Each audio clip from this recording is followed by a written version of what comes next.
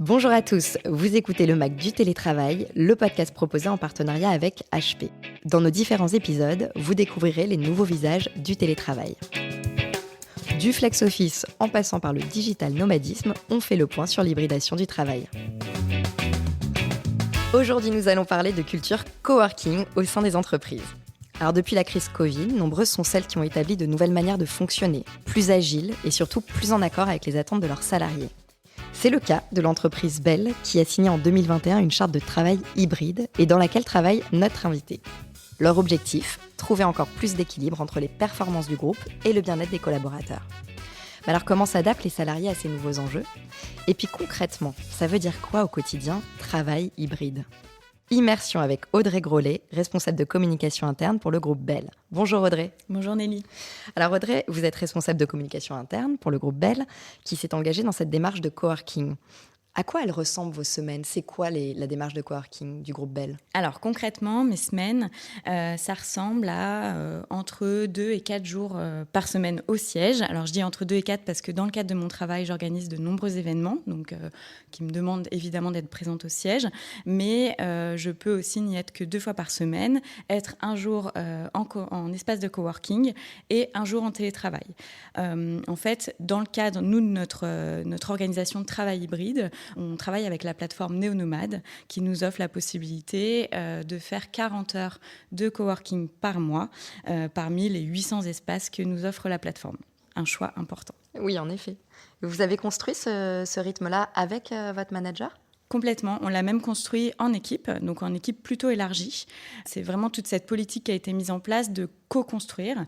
Donc en fait, on s'est réunis autour de la table et on s'est posé la question quelles sont nos activités télérobustes, téléfragiles, ce qu'on appelle télérobustes, téléfragiles, qui fonctionnent ou non. Parce que je considère que le coworking, c'est comme quand on est en télétravail chez nous, parce qu'on n'est pas au siège en fait, donc on n'est pas avec l'équipe autour.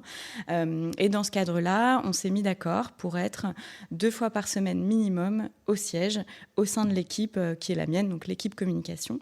Mais le département de l'IT, par exemple, ils vont être au siège 1 fois, 2 fois par mois minimum. Alors après, chacun fait ce qu'il veut. S'il veut être plus souvent au siège, bien sûr, il peut le faire. Mais chaque équipe construit Tout son à fait. rythme. Et ça fonctionne assez bien. Et surtout, on s'est posé la question, quand est-ce qu'on est au siège dans le cadre d'une réunion d'équipe, par exemple, évidemment.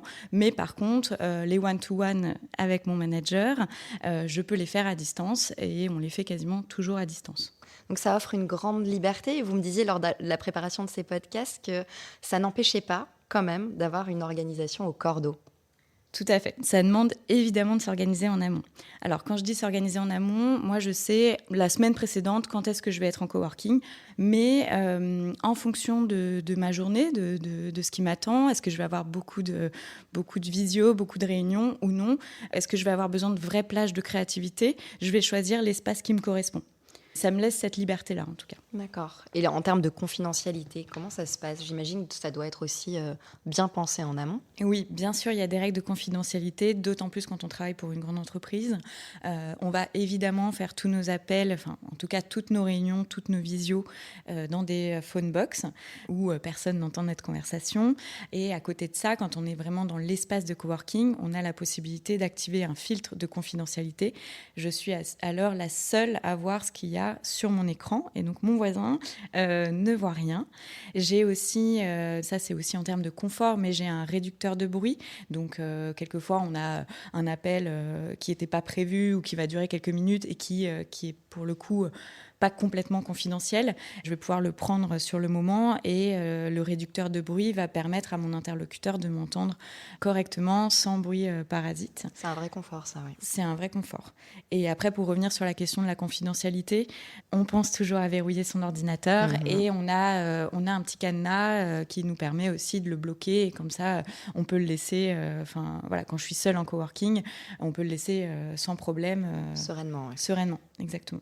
En quoi ça influe sur votre productivité, par exemple ? Alors, ça influe sur ma productivité parce que je me retrouve dans un cadre, moi, qui me correspond, avec un petit peu de mouvement autour de moi, ce qui n'est pas le cas quand je suis en télétravail, évidemment, qui n'est pas toujours le cas quand je suis au siège.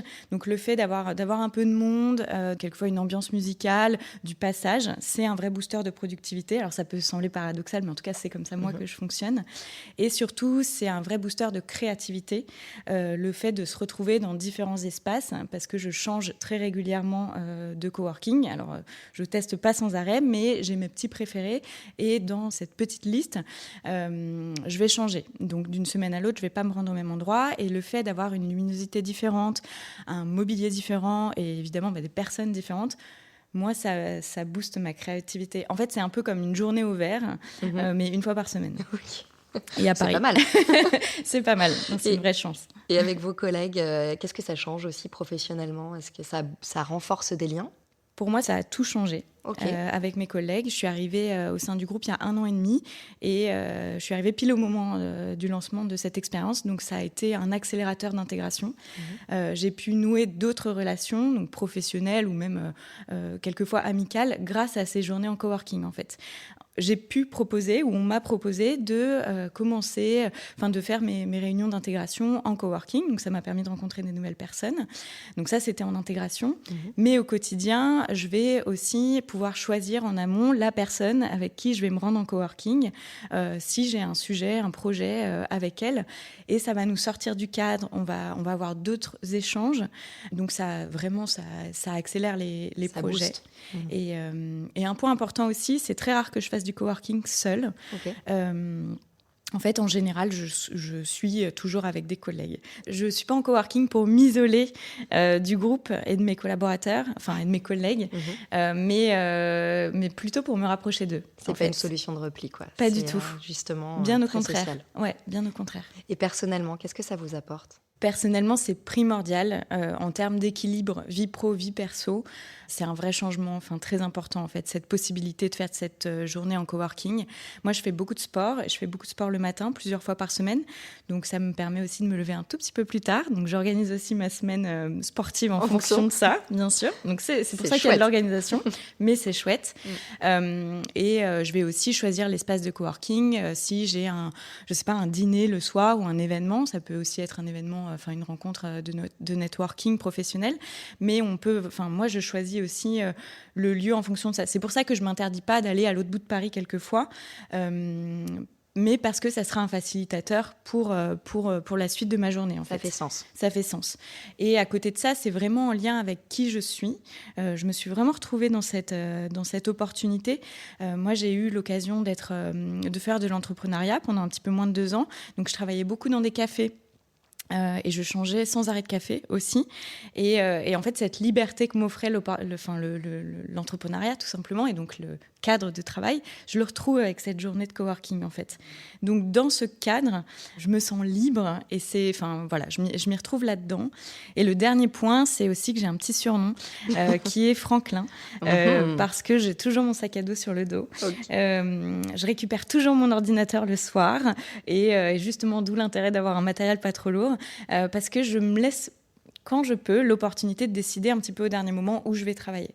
Et ça n'a pas de prix. Ça n'a pas de prix. Bon, libre et épanoui, Audrey Grolet. Merci beaucoup pour votre échange, Lily. Pour vos précieux conseils. Et à bientôt, j'espère. À bientôt. Cet épisode vous a été présenté par HP. Retrouvez les autres épisodes du MAC du télétravail sur capital.fr et sur toutes les plateformes de téléchargement et d'écoute de podcasts.